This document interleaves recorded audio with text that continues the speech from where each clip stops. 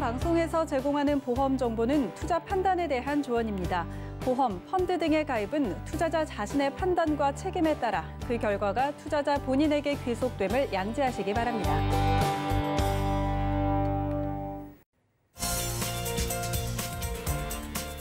네, 보험에 대한 모든 것을 알려드립니다. 전문가 군단과 함께하는 시청자 맞춤형 보험 방송. 안녕하세요. 보험플랜 119의 진행 민치합니다. 최근에 수술비 보험의 업셀링 열풍이 불고 있습니다. 가입 한도가 높아지는 등 수술비 담보가 한층 업그레이드 되면서 해지 후에 재가입 문의를 주시는 분들도 크게 늘어나고 있다고 하는데요. 오늘 잠시 후 라이플랜 A 강의 시간에는요, 여러분들께 수술비 플랜 자세하게 안내해드릴 예정이고요. 그리고 이어지는 코너인 테마플랜 ABC 시간에는 심뇌혈관 질환 주의보를 키워드로 주의가 필요한 2대 질환 보험을 비교, 분석 도움드릴 예정이니까요. 자, 위험에 대비한 합리적인 보험 준비, 오늘도 보험플랜 119와 함께해 보시고요. 참여 방법 살펴보시죠. 저희 보험플랜 119에서는요, 전화와 문자 번호 열어놓고 여러분들의 보험 고민도 해결해드리고 있는데요. 우선 02-3153-2662번, 끝자리 2662번 활짝 열려 있고요. 자, 무료 문자 참여도 가능한데요. 013-3366-0110번으로 메시지도 남겨보시기 바랄게요.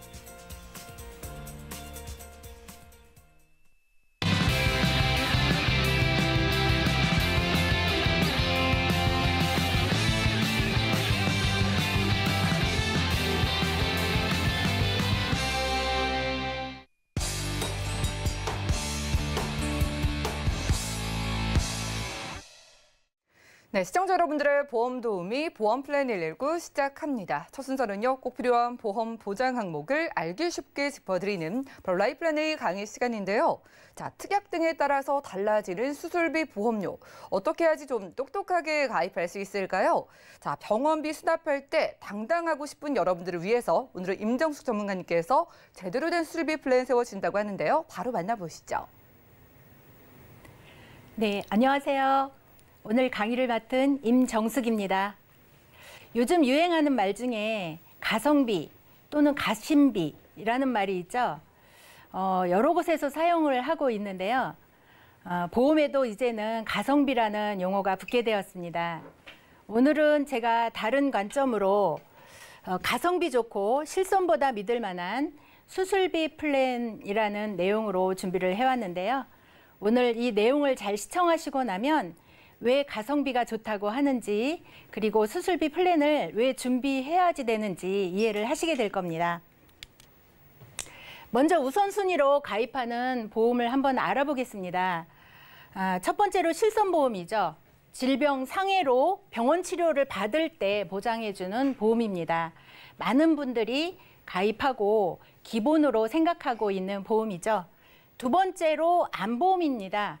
안보험이 중요하다는 것은 누구나 다 잘 알고 있을 겁니다.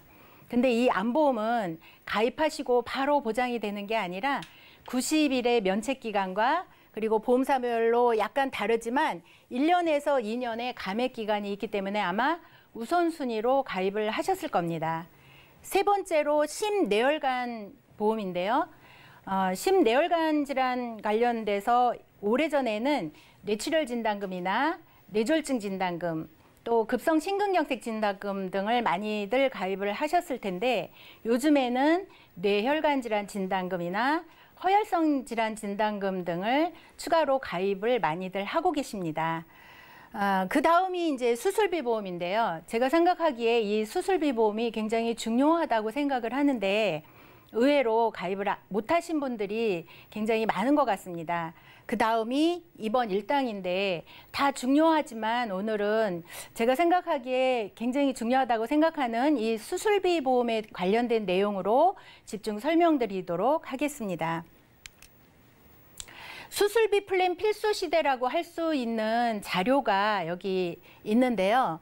국민건강보험공단 조사 자료에 의하면 연간 평균 1인당 수술 비용이 매년 올라가는 것을 보실 수가 있습니다.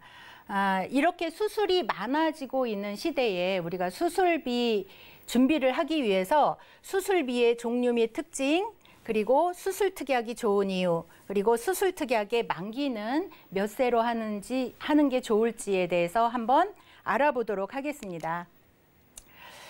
그럼 먼저 수술비의 종류와 특징을 간단하게 정리를 해보겠는데요.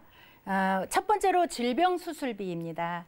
이 질병수술비는 보상 안 되는 질병을 빼놓고 모든 질병을 보장해주는 가장 범위가 넓은 수술비라고 할 수가 있습니다. 보장 안 되는 질병에는 미용 출산 관련 수술, 또 요실금 수술, 치과 항문질환 수술, 그리고 선천성 관련 수술 같은 경우에는 보장을 안 해주고 나머지는 모두 보장을 해준다고 보시면 되겠습니다. 또한 2가지 이상 수술 시에도 각각 지급을 하기 때문에 굉장히 좋은 이런 담보라고 할 수가 있습니다. 두 번째는 상해 수술비인데요. 다쳐서 수술하는 경우에 보장해주죠. 이 상해 수술비도 별도로 준비를 해야지 되는 이유가 우리가 골절당해서 수술을 했을 경우에 골절 수술비와 같이 보장을 해주고 또 교통사고로 또 수술하는 경우도 굉장히 많습니다. 이럴 때도 상해 수술비가 가입돼 있으면 거기서 별도로 추가로 보장을 받으실 수가 있습니다. 가입 금액은 질병수술비보다는 약간 좀 높아서 100만 원까지 가입을 하실 수 있습니다. 다음은 다빈도 종합수술비인데요. 보험사별로 34대, 64대, 77대, 101대 등으로 약간씩 다르지만 한국인들 다발성으로 진단이 되는 성인병이라든지 또 생활질환들을 모아놓은 굉장히 범위가 넓은 그런 수술비라고 할 수가 있습니다. 20만 원에서 약 2천만 원까지 구분돼서 가입을 할 수가 있습니다. 다음은 1호종 수술비인데요. 상해 질병 관련돼서 종으로 수술을 해주는 수술비인데 수술 형태에 따라서 수술 분류표에 따른 수술을 보장을 해주고 있습니다. 오래전에 생명보험에 가입하신 고객분들은 이 담보가 있을 텐데 예전에는 좀 가입 금액이 작아서 보장이 좀 좁았다면 지금은 가입 금액이 커져서 그만큼 보장이 넓어졌다고 할 수가 있습니다. 예를 들어서 우리가 내시경 검사를 할 때 용종 제거 수술을 하게 되는 경우가 있죠. 이럴 때 이 질병수술비와 1호종 수술비에서 같이 보장을 받습니다. 한 번만 받아도 1년치 보험료가 나오게 되는 거죠. 그 다음은 2대 질병수술비입니다. 뇌혈관과 심혈관 수술비를 보장을 해주고 있습니다. 이 모든 수술비가 한 번만 보장이 되는 게 아니라 반복 지급이 되고 중복 지급이 됩니다. 예를 들어서 협심증 진단을 받고 스텐트 삽입 수술을 했을 경우에 2대 질병 수술비에서 보장을 받고 1호종 수술비, 또 다빈도 종합 수술비, 그리고 질병 수술비에서 보장을 받습니다. 이거는 한 번만 보장을 받는 게 아니라 계속해서 수술 시마다 보장을 받기 때문에 굉장히 큰 장점이 있습니다. 그리고 이 2대 질병 수술비에서 협심증 수술을 하는 경우에는 이제 올해 몇 년이 지나고 나면 또다시 수술을 하게 되는 경우가 많죠. 이럴 때 진단비만 있고 수술비가 없다면 그때 비용이 상당히 많이 부담이 되겠죠. 그럼 우리나라 1에서 19위까지의 다빈도 수술을 한번 알아보도록 하겠습니다. 첫 번째가 백내장으로 인한 백내장 수술이고요. 두 번째가 치질로 인한 치액 수술, 그리고 디스크로 인한 일반 척추 수술도 상당히 많이 시행이 되고 있습니다. 또 맹장 수술뿐만이 아니라 담석증으로 인한 담낭 절제술도 5위에 해당이 되고, 그리고 무릎 관절증으로 인한 슬관절 치환술도 많이 시행이 됩니다. 특히 제가 여기 빨간색으로 강조를 해놨는데요. 방금 말씀드렸던 이 협심증으로 인한 스텐트 삽입술도 7위에 해당할 정도로 많이 진단받고 시행이 되고 있습니다. 그 다음에 축농증으로 인한 부비동 수술, 그리고 담도의 결석으로 인한 그리고 담도 수술 같은 경우에도 상당히 높은 순위를 차지하고 있습니다. 또 여성인 경우에 자궁 근종으로 인한 자궁 절제술도 시행이 많이 되고 있습니다. 그리고 편도염으로 인한 편도 절제술, 그리고 간암인 경우에 간 색전술도 시행이 많이 되고 있고요. 탈장으로 인한 수술, 그리고 유방 양성 종양으로 인한 유방 부분 절제술도 시행이 되고 있습니다. 또 흔히 많이 주위에서 얘기를 들으셨을 텐데요. 갑상선 결절 진단을 받죠. 갑상선 이렇게 양성 종양으로 인한 갑상선 수술도 15위에 해당될 정도로 상당히 높은 수술이 시행이 되고 있습니다.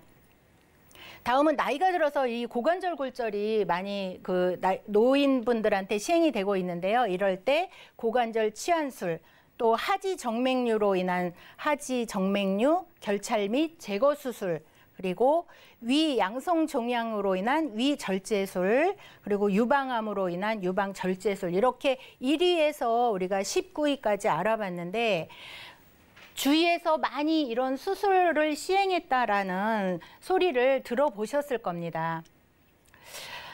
제가 수술비 플랜을 선호하는 첫 번째 이유를 말씀을 드리겠는데요. 30세 남자, 20년 납, 100세 만기로 제가 한번 설계를 해봤습니다. 뇌혈관 질환 진단금을 1,000만 원 가입 금액에 15,810원이 나오고요. 수술비는 1,000만 원 가입 금액에 3,150원이 나오는 약 3배 정도의 차이가 납니다. 허혈성 심장질환 진단금도 마찬가지입니다. 1,000만 원 가입 금액에 8,420원이 나오고 허혈성 심장질환 수술비는 1,000만 원 가입 금액에 4,250원으로 약 2배 정도의 차이가 납니다.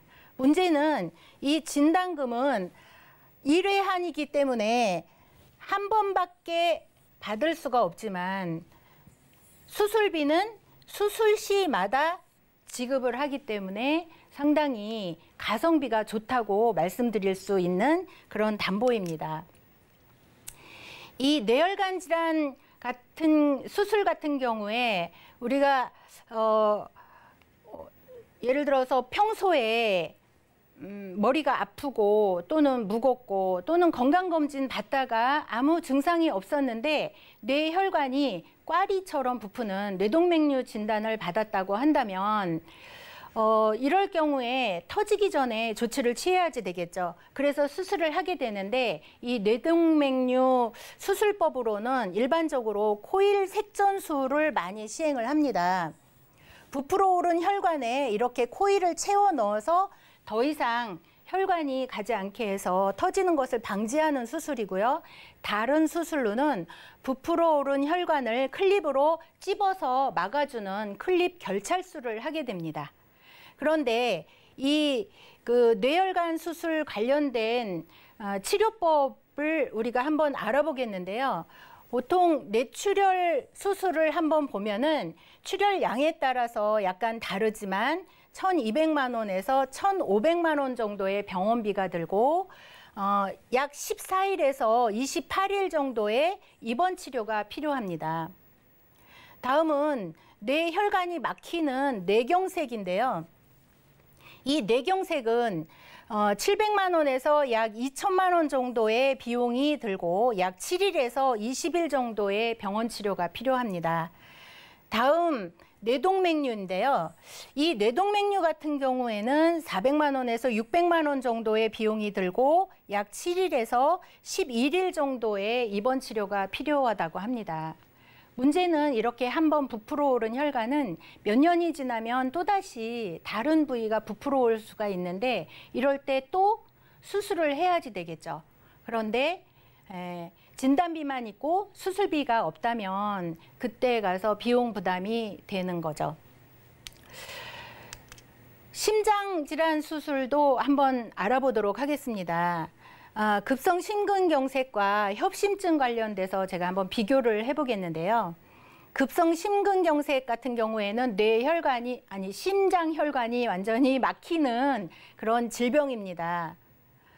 이럴 경우 빨리 병원에 가서 조치를 취해야지 되는데 골든타임을 놓치는 경우가 다반사이기 때문에 회복 못하고 사망하는 경우가 대부분이죠. 이 심근경색 같은 경우에는 심장혈관이 완전히 막혀서 못 쓰게 되는 경우가 많아서 보통 수술을 하는 경우에 관상동맥 우회술이나 로봇 관상동맥 우회술을 시술을 하게 되고, 그리고 비용은 약 2,700만 원에서 3,200만 원 정도의 병원비가 들게 됩니다. 그리고 약 4일에서 14일 정도의 입원 치료가 필요하게 됩니다. 협심증은 심장혈관이 좁아져서 오는 질병인데요.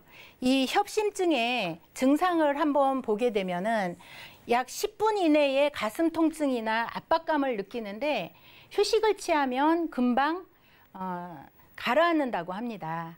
다행히 발견돼서 진단을 받게 되면 수술을 하게 되는데 보통 스텐트 삽입이나 풍선 확장술을 하게 됩니다.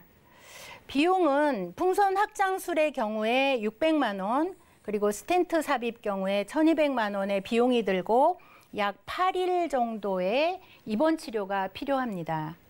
문제는 이렇게 스텐트 삽입을 했을 경우에 우리 몸에 이물질이 들어있죠. 그래서 몸 자체에서 이물질인 줄 알고 공격을 한다고 합니다.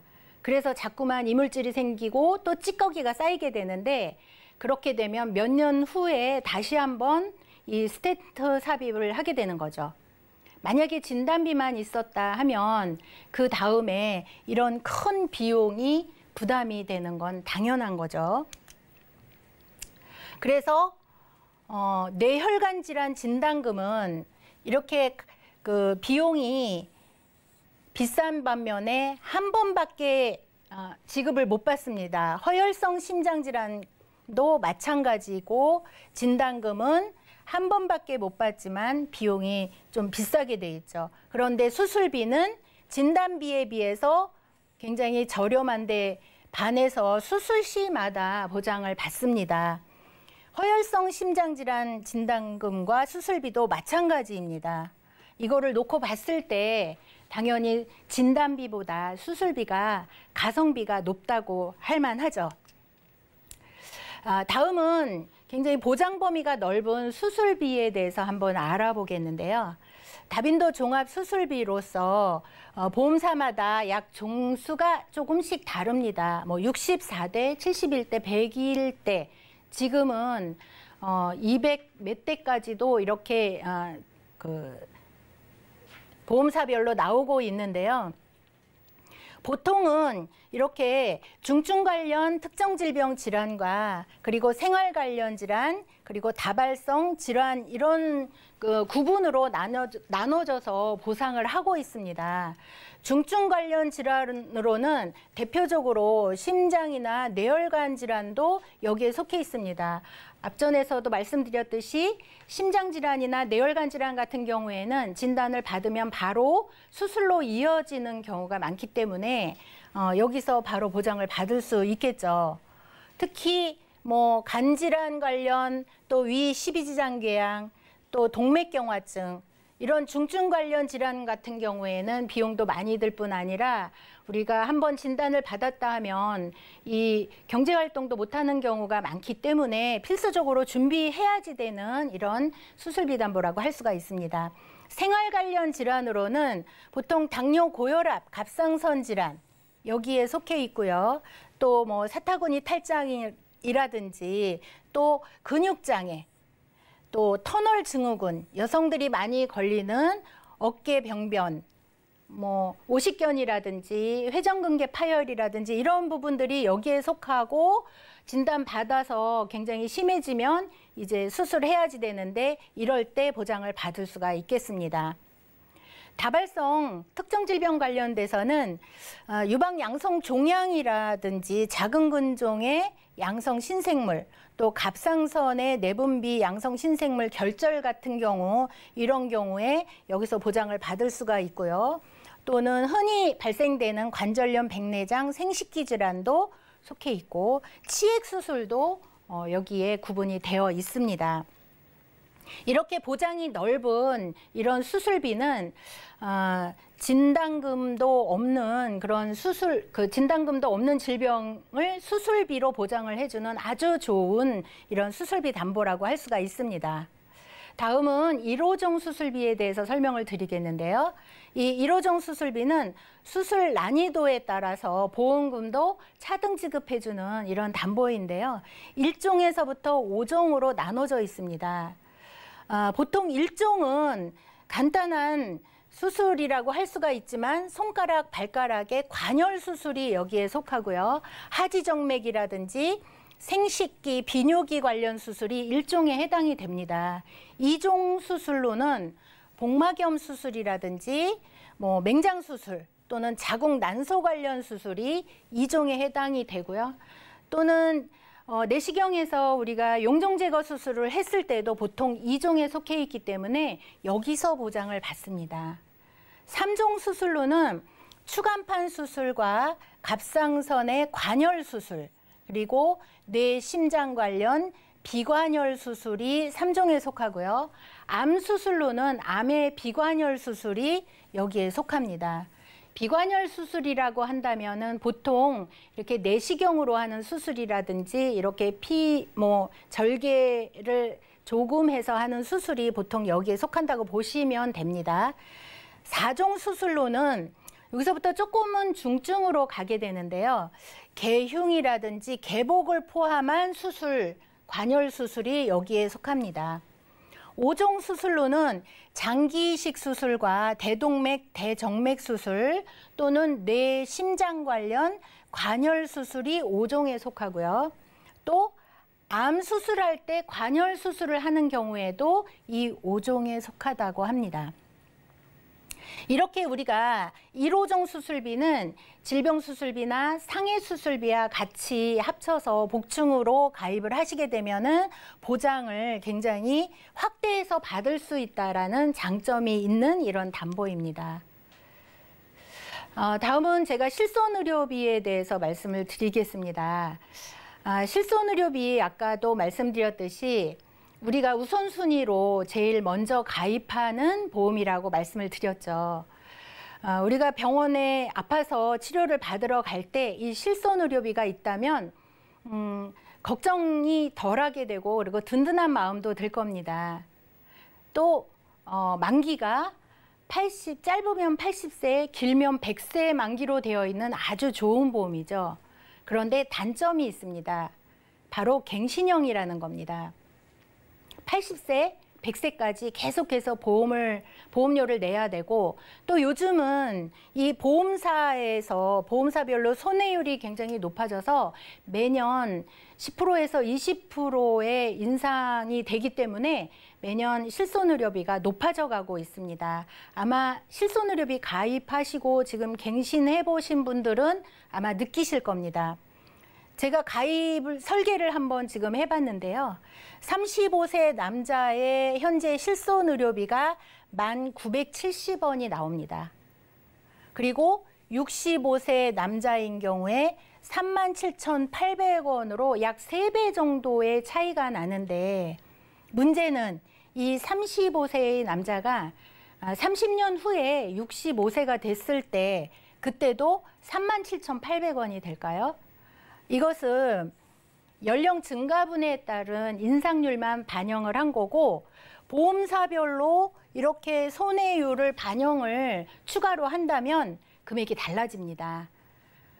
매년 10%씩 보험료가 올라간다고 봤을 때 이 37,800원이 30년 후에는 65만 원이 넘는 금액이 된다라는 겁니다. 노후에 우리가 노후생활비가 과연 얼마가 될까요? 300만 원 남짓한 금액으로 노후생활을 하게 되는 경우가 다반사인데 그때 이 60만 원이 넘는 금액을 실손의료비로 과연 납입을 할 수 있을까요? 그래서 이 갱신형인 실손의료비는 좋은 보험인 반면에 갱신 후에 우리가 나이가 많이 30-40년 후에는 과연 이게 유지할 수 있을까 그 부분을 생각을 해야지 된다라는 겁니다. 나이가 들어서 우리가 병원 갈 일이 점점 많아졌을 때 보험료 부담이 돼서 유지를 못한다면 굉장히 문제가 되겠죠. 그래서 이것에 대안으로 수술비 담보가 최상의 대안이라는 것을 말씀드리는 겁니다. 마지막으로 수술비 보장은 몇 세까지 하는 게 좋을지 한번 알아보겠는데요. 여기 국민건강보험공단 그 노인 의료비 자료 분석에 따르면 70세의 노인 의료비보다 80세의 노인 의료비가 더 많다고 나와 있습니다. 그것은 노인도 지금 현재 건강관리에 굉장히 적극적이고 수술 가능 연령도 굉장히 길어졌다라는 것을 의미합니다. 십수년 전만 해도 65세 노인이 앉았다 섰다 하기 힘들 정도로 퇴행성 관절염이 심해져도 우리가 그냥 침으로 진통을 달래거나 아니면 약으로 진통을 달래는 경우가 대부분이었죠.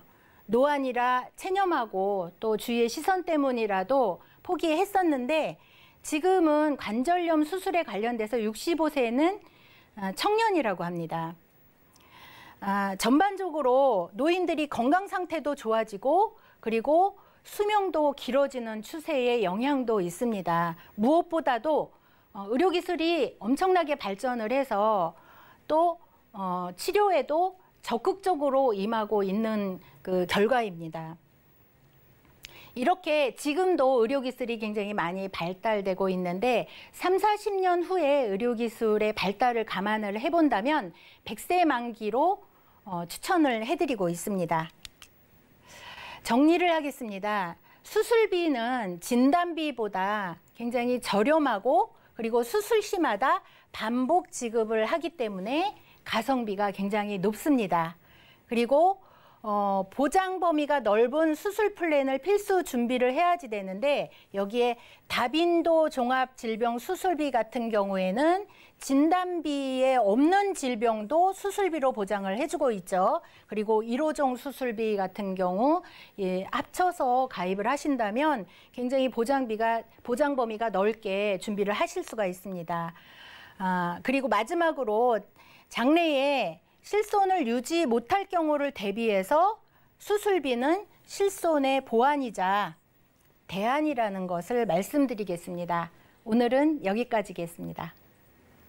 네, 라이플랜 A 강의 시간 함께했습니다. 보험이라고는 실손보험 하나만 달랑 가지고 계시거나 진단비 보험만 있으신 분들이 꼭 살펴봐야 할 오늘은 수술비 보험을 소개해드렸는데요. 그 어느 때보다도 건강 염려가 큰 시기인 만큼 보장이 좀 부족하다고 느끼시지만 보험료 때문에 망설이시는 분들 많으실 것 같습니다. 자, 오늘 소개해드린 수술비 보험은요. 진단비 보험보다 훨씬 저렴한데 한 번 받고 끝나는 진단비와는 달리 계속해서 받을 수 있다고 하고요. 예전에 비해서 보장 범위도 넓어졌다고 하니까 정말 보장이 필요한데 실비 오르는 분들 그 보완책으로 생각해 보셔도 좋다고 합니다. 몇 가지 질문 드려보도록 할게요. 이 수술비 보험 안에도 종류가 참 많더라고요, 전문가님. 1에서 5종 수술도 있고 64대 그리고 77대 수술도 있던데 이 중에 어떤 보장이 더 유리하다고 보면 좋을까요? 네. 그 1호종 수술비나 그다음에 다빈도 종합 수술비 같은 경우에 특히 어떤 게 더 좋다고 말씀드리기는 좀 힘들고요. 1호종 수술비 같은 경우에는 질병명 상관없이 수술 형태에 따라서 보장을 해주기 때문에 보장 범위가 넓은 반면에 관열 수술이나 비교적 큰 수술에 보장이 크기 때문에 그런 장점이 있고요. 다빈도 종합 수술비 같은 경우에는 비교적 작은 수술에도 보장이 좀 크게 돼 있지만 질병명이 정해져 있는 단점이 있습니다. 가능하시다면 두 가지 다 가입하시는 거를 권유드립니다.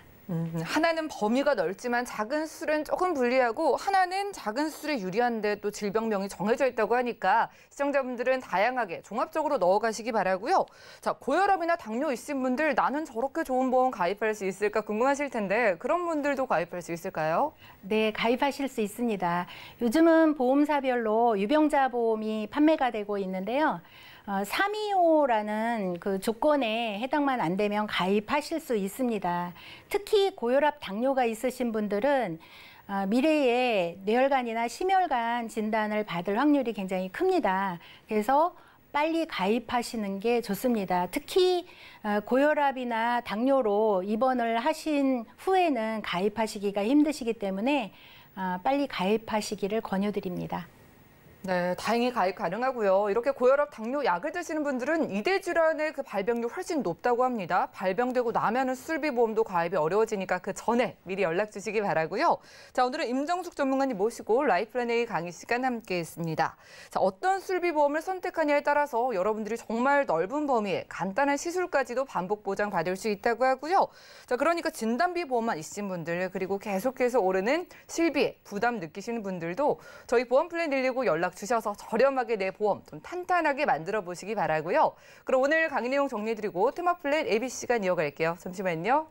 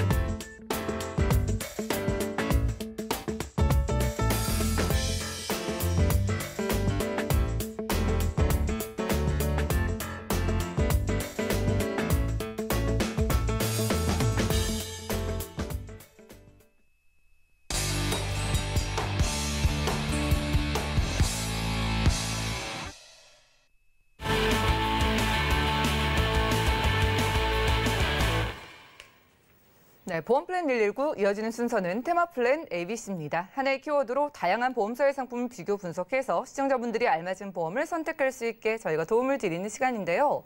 자, 오늘 테마플랜 ABC의 주제는 뇌심혈관 질환 주의보라고 합니다. 고은실 전문가님 모셔볼게요. 어서 오십시오. 안녕하세요. 반갑습니다. 네, 반갑습니다. 아, 전문가님, 참 안타까운 소식이 있었어요. 네. 그 대기업 모 회장님께서 이제 고인이 되셨잖아요. 그런데 7년 전에 급성 심근경색으로 쓰러지셔서 길게 투병을 하시다가 결국 그렇게 되셨다고 하더라고요. 자, 이런 걸 보면은 정말 우리의 얘기가 될 수도 있을 것 같은데 갑작스러워서 더 무서운 것 같은데 어떨까요? 네, 당연합니다. 심장질환 같은 경우는 날씨가 추워지기 시작하면 훨씬 발생 빈도가 높아지고 또 아울러 사망 수도 급격히 늘어나는 걸 볼 수 있습니다. 그래서 저희가 많은 주의가 필요한데 한번 화면 하나씩 보면서 살펴보도록 하겠습니다. 날씨가 추워지면 우리가 벌써 음칠이죠. 몸도 음칠이다 보니까 어떤 혈관이 나타나면 혈관이 수축을 하게 됩니다. 그러면 혈관으로 가는 혈액의 양이 부정하게 가기 때문에 뇌나 심장 쪽이 많이 부담을 받게 되거든요. 그래서 지금 이렇게 보시게 되면은 어떤 현상이 발생이 되느냐. 여름철하고 가을로 들어서면서 사망자 수가 급격히 늘어나는 약 9%의 사망자 수가 증가를 해요. 이런 거 보면 실은 9%라는 게 거의 10%에 육박하는 거기 때문에 큽니다. 그럼 또 사망자 수만 늘어나는 건 아니에요. 우리가 보통 뇌혈관이나 심혈관이 계절별로 봤을 때 우리나라가 4계절이 있지 않습니까? 이러다 보면은 이제 봄, 여름, 가을, 겨울 통계를 한번 내봤었을 때 거의 봄부터 여름, 가을을 거치는 동안은 뇌혈관 질환이 52,000, 53,000 뭐 요 선에서 왔다 갔다 하는데 겨울로 딱 들어서는 순간 58,000건으로 푹 뜹니다. 굉장히 큰 거죠. 그러네요. 예. 네, 갑자기 추워지면 우리가 좀 몸이 많이 안 좋아지는 것 같거든요. 그렇죠. 저는 올해 특히 가을이 너무 짧게 느껴졌는데 이렇게 갑자기 추워지면 몸이 놀라가지고 좀 아프게 되는 것 같은데 이대 질환이 특히 무섭네요. 그렇죠. 특히 혈관 질환은 우리가 그러니까 평상시에는 방치하고 있거나 잘 모를 수가 많은데 날씨가 추워지면서 혈압이 올라가거나 내려가거나 이런 분들이 많으시거든요. 그렇게 됐었을 때는 우리가 지금 통계로 보듯이 사망도 늘고 진단도 느는 이런 같이 쌍두마차 같이 가지 않습니까? 예. 그러니까 많은 이런 거에 대한 많은 주의가 지금 필요하겠죠. 네, 그렇습니다. 그런데 많은 분들이 암만 좀 많이 보험을 준비하시고 이대 질환은 좀 막연하게 생각하시는 분들이 많은데 비교를 해보면 위험도가 어떨까요? 그러니까 암도 물론 부동의 사망 1위를 차지하고 있는 거 맞습니다. 그리고 또 암에 대한 거는 많이 하면 우리가 흔히 암은 진단비는 많으면 많을수록 좋다라고 얘기해서 실은 암 진단비나 이런 거를 준비하시는 분들이 의외로 조금씩 늘어나고 있고 그 액수도 커지고 있는 건 사실인데 그에 비해서 뇌혈관이나 심혈관, 혈관 질환을 준비하시는 분들은 그러니까 나는 보험이 예전 보험만 갖고 있기 때문에 있을 거야라고 생각을 하시는 경향이 많습니다. 근데 뇌혈관 진단비, 심혈관 진단비가 팔기 시작한 지가 한 2, 3년밖에 안 됐어요. 그러다 보니까 본인의 증권이나 이런 거를 유심히 안 보시는 분들이 더 많거든요. 한번 가입해놓고 나면. 그래서 예전 증권을 보면 뇌출혈, 급성 심근경색 진단비만 있는 분도 많습니다. 이런 분들의 문제는 하루빨리 저는 본인 증권을 보시고 나서 나는 뇌 심혈 진단비가 없어. 수술비가 없어 이러신 분들 같은 경우는 빨리 전문가랑 한번 상담을 해보시는 게 중요하고요. 그러면 과연 이렇게 통계만 보고 할 것이냐 이런 걸 한번 보실 필요가 있습니다. 2009년도에 뇌혈관 진단으로 보험금이 지급된 사례가 비교를 했었을 때 2018년도 거를 보면은 한 170% 정도 증가가 되어 있죠. 예. 그리고 또 심혈관은 더 많이 그렇습니다. 왜냐하면 204%가 넘는 진단비가 나갔거든요. 그렇죠? 이렇게 보시면. 그런데 평균 치료비나 이런 걸 보게 되면 암 같은 경우는 한 2,800 정도가 평균 보험, 그러니까 병원비 발생이 돼요. 예. 그런데 이제 뇌혈관, 심혈관 질환 같은 경우는 거의 5천만 원대가 되게끔 했죠. 그러니까 암의 거의 2배 정도가 되고 있죠. 그러게요. 예. 그리고 이제 우리가 평균 진단 연령을 보면 예전에는 심혈관, 뇌혈관 진단비다 이러면 60대 후반 이때부터 발생이 된다라고 생각을 하시는 분들이 많았어요. 근데 지금 보시면 오히려 뇌혈관 같은 경우는 50세 전후로 나타나기 때문에 암보다 진단이 더 빠릅니다. 그러네요. 지금 그쵸? 시청자분들 중에서 정말 건강하신 50대 분들 많으시거든요. 네네, 굉장히 많습니다. 그러면 그분들도 다 위험에 처할 수가 있는 거고 전 궁금해요. 왜 이렇게 이대 질환 쪽 진단비가 이렇게 높아진 거고 환자분들이 늘어난 거예요? 이제 이렇게 보시면 아니 왜 갑자기 이렇게 연령이 한 10살 정도 아래로 내려갔을까? 이게 굉장히 궁금하실 거예요. 그럼 다음 장에서 우리가 한번 보시면 보통 이제 문재인 대통령이 취임하시면서 의료보험을 문재인 케어라 그래갖고 맞아요. 그런 거 생각나시죠? 그러니까 뇌 MRI나 이런 거를 의료보험 적용을 시켰어요. 그러니까 의료보험 받기 전인 건보 적용을 받기 전인 2018년도 4월 달하고 9월 달 거 하고 그 이후 거 똑같은 개월수를 비교를 했었을 때 딱 보시면 2배가 증가를 했어요. 그러네요. 그렇죠? 그러다 보니까 우리가 봤었을 때 그러면 모든 MRI가 되는 2021년 이후에는 과연 얼마만큼 증가를 할 것인가? 그거는 굉장히 더 많은 수의 증가가 이루어지겠죠. 그러니까 보험사에서도 이대 질환 쪽 가입 좀 어렵고 이런 이유가 여기에 있네요. 맞죠. 그러다 보니까 보험회사에서는 벌써 아까 앞에 통계에서도 보셨듯이 보험금 진단비나 이런 게 나가는 게 2배 이상 거의 올라갔잖아요. 그러다 보니까 앞으로 21년 정도에는 손해율이 지금보다는 훨씬 더 높아질 거라고 예상을 하는 거예요. 그래서 최근 보험사들이 뇌혈관 허혈성 진단비를 연령별로 많이 낮추고 있습니다. 그럼 저희는 반대로 움직여야 되잖아요. 그렇죠. 보험사에서 좀 불리한 거는 또 소비자에겐 유리한 거니까. 당연합니다. 그러면은요, 이대 질환 보험 이미 있다고 생각하고 그냥 손 놓고 계신 분들이 있다고 하셨잖아요. 네네. 확인이 필요 필요하다고 하신 게 그 범위 때문인 것 같은데요. 네, 당연합니다. 어떤 거 확인해 봐야 돼요? 예, 그러니까 우선 증권을 한번 딱 보시면 내 증권에 뇌출혈만 있다, 뇌졸중만 있다, 예. 급성 심근경색만 있다 이러신 분들은 아 이건 내가 범위를 잘 모르고 있구나라고 한 번은 유심히 보셔야 됩니다. 우리가 지금 흔히 얘기하는 뇌출혈이다. 이걸 100으로, 그러니까 뇌혈관 질환 전체를 100으로 놓고 봤었을 때 예. 뇌출혈은 9.2%밖에 안 돼요. 아, 전체에서 10%도 안 되는 거예요? 예, 맞습니다. 예. 그러고 나서 이제 혈관이 막히는 거나 미세하게 터지는 게 뇌졸중이라고 그러는데 이게 66% 차지하고요. 나머지 한 34% 정도는 우리가 뇌혈관 질환이라고 하는 훨씬 더 많은 범위가 되겠죠. 그럼 많은 사람들이 어떻게 생각하냐? 그럼 뇌출혈 따로, 뇌졸중 따로 이렇게 들어야 되는 건가? 이런 생각을 하실 건데 뇌혈관 질환을 갖고 있다. 진단비가 있다 그러면 뇌출혈도 해당이 되고요. 뇌졸중도 해당이 됩니다. 그럼 반대로 뇌출혈만 갖고 있다? 그러면 우리가 뇌혈관 질환하고 뇌졸중은 뇌출혈에 해당이 되지 않습니다. 그래서 앞서 육성정 전문가께서 말씀하셨듯이 우리가 뇌혈관 진단비랑 수술비를 준비해야 되는 이유가 여기에 있다고 볼 수 있습니다. 첫 글자가 뇌라고 그냥 비슷한 보장 아닌가라고 생각하시면 절대 안 될 것 같아요. 네. 뇌혈관 질환, 그러면 어떻게 준비해야 되는지 살펴볼까요? 네네. 좀 이렇게 보면은 지금 이제 많은 문제가 있는 부분 중에 하나가 지금 이렇게 보면 뇌동맥류라는 게 지금 이제 많이 문제가 돼요. 이건 예. 뇌혈관이 꽈리처럼 이렇게 부푸는 거예요. 이거는 지금 알기 쉽게 제가 유명 연예인이 말씀을 드리면 네. 눈에 탁 들어오고 귀에도 딱 들어오잖아요. 지금 이제 많은 인기가 많은 조세호 씨랑 정유로 씨가 실은 안타깝게도 기타 뇌혈관 질환에 걸리셨어요. 그래요? 예.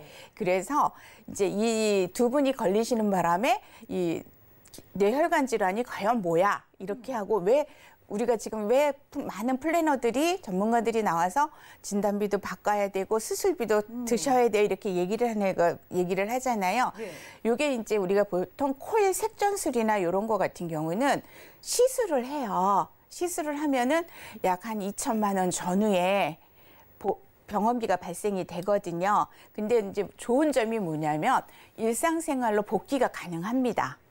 예. 그러니까 지금 조세호 씨 지금도 텔레비전에서 나오고 전 너무 건강하신 줄 알았어요. 예, 그렇죠. 그러니까 네. 일상생활에 아무 문제가 없이 본인이 건강 관리를 더 잘하면 잘할수록 이제 같이 아무 지장 없이 그냥 일상생활을 하실 수 있어요. 네. 근데 이 코일 색전술의 단점이 뭐냐면 비용이 비싸요. 비싸요. 예. 비용이 비싸고 또 하나 문제는 뭐냐면 재발이 잘 돼요. 그러니까 이제 문제가 어떤 거가 있냐면 혈관이라는 건 나이가 들면 들수록 좋아지지 않습니다. 더 나빠지기만 그렇죠. 하는 거예요? 예. 혈관 질환은 나이가 들면 들수록 좋아지지가 않기 때문에 저희가 이제 이런 대동맥류나 심근경색이나 이런 게 우리가 스텐스 삽입했어. 그러면 한 번 했어. 그럼 그걸로 끝이 나는 게 아니에요. 그러다 보니까 병원비랑 이런 비용이 많이 발생이 됩니다. 좋습니다. 그럼 빠르게 좀 속도를 내서 알아보도록 할게요. 어떻게 가입해야 될까요? 예. 지금 이제 저희가 한 번 더 말씀드리고 싶은 게 어떤 게 있냐면 많은 분들이 심장 질환 이런 거는 남자가 더 많이 걸리고 여자는 안전하다고 생각을 하실 경우가 많아요. 예. 근데 이제 잘 보시면 실은 여자 사망 2위가 심장 질환이에요. 혈관 질환. 이게 뭐냐면 왜 여자들이 남성에 비해서 좀 건강한 생활을 하시는 분들도 더 많은데 왜 더 많을까? 여성은 남성에 비해서 혈관이 훨씬 가늘어요. 그러다 보니까 막히거나 터지기가 쉽습니다. 근데 흉통을 거의 못 느껴요. 이게 왜 그러냐면 흉통 증상을 갱년기 증상하고 같이 혼동을 해서 병원을 가지 않습니다. 이러다 보니까 만성 질환자가 남성에 비해서 여성이 훨씬 더 많아요. 그러니까 이런 여자분들 같은 경우는 특히 많은 생각을 하시는 분이 어떤 분이 계시냐면 나는 그냥 남자도 아니고 술, 담배도 안 하고 그러는데 뭐 혈관이 깨끗하지 않을까요? 이렇게 생각을 하시는데 갱년기 증상만 있다라고 생각하셔서 부인과나 이런 진단만 가시는 게 아니고요. 저는 심장이나 뇌 쪽도 같이 아울러서 한번 검사를 빨리 받아보시면은 그 조기 발견이 힘든 여성 심장 질환 같은 경우도 우리가 빨리 알아서 일상생활에 지장이 없게끔 스텐트 삽입을 하거나 색전술을 하거나 이럴 수 있으니까 그런 것도 한번 같이 준비를 해보시면 좋을 듯 합니다.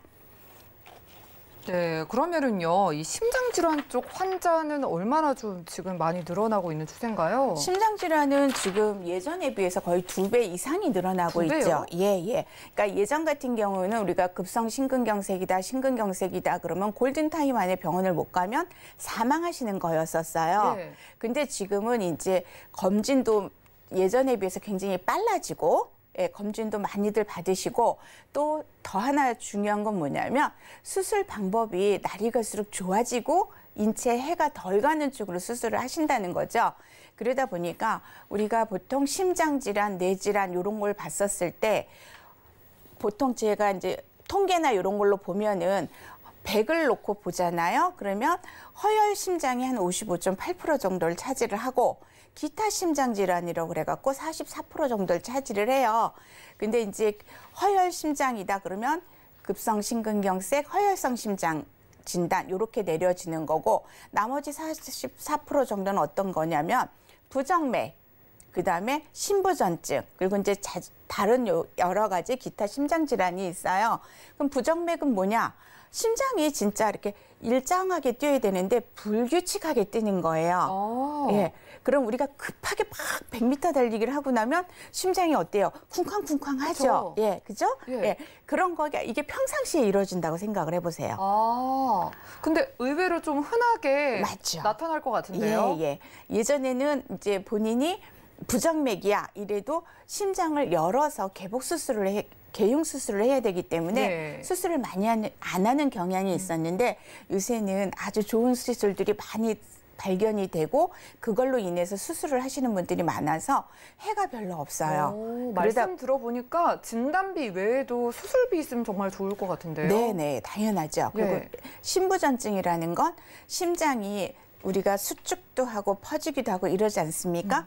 근데 이제 심장이 힘이 들어서 잘 조여지질 않는 거예요. 그러면 사람이 굉장히 힘들고 다급해지겠죠, 마음이.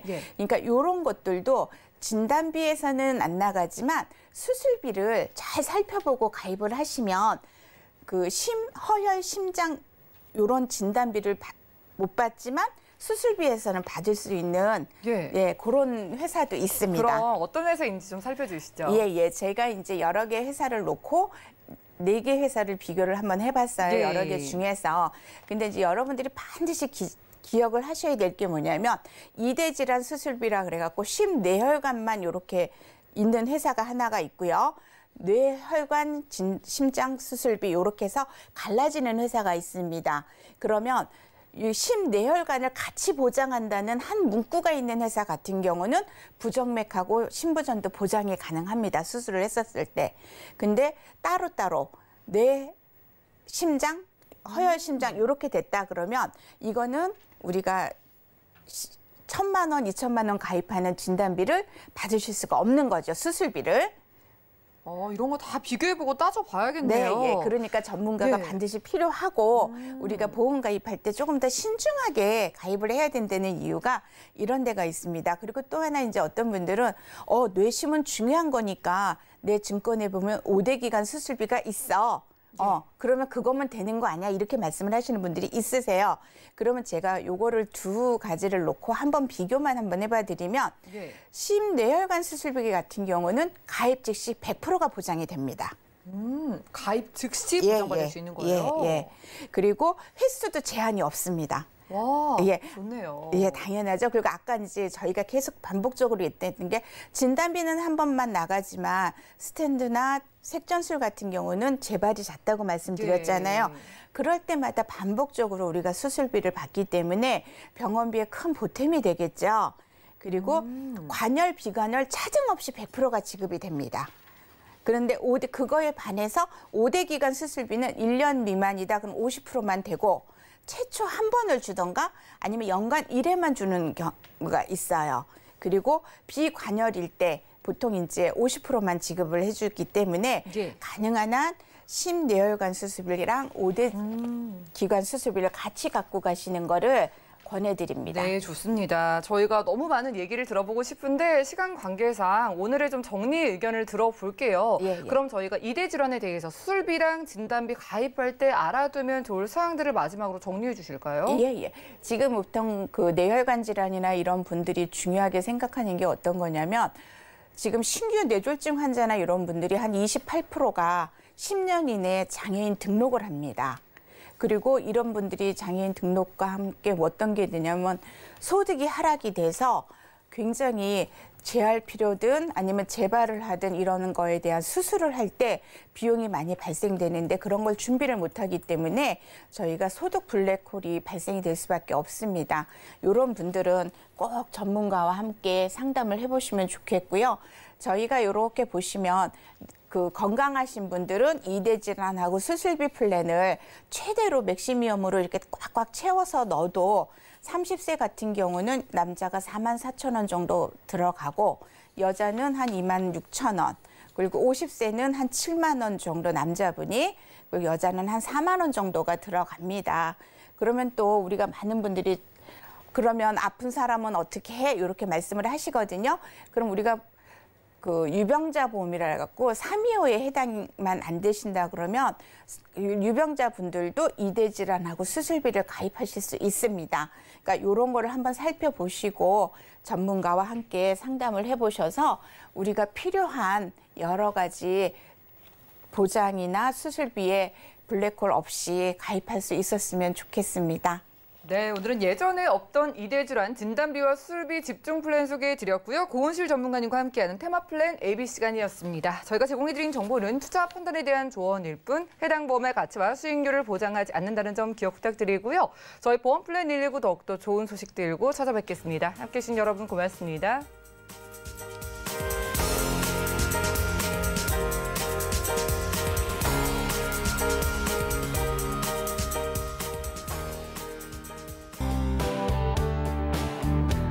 본 방송에서 제공하는 보험 정보는 투자 판단에 대한 조언입니다. 보험, 펀드 등의 가입은 투자자 자신의 판단과 책임에 따라 그 결과가 투자자 본인에게 귀속됨을 양지하시기 바랍니다.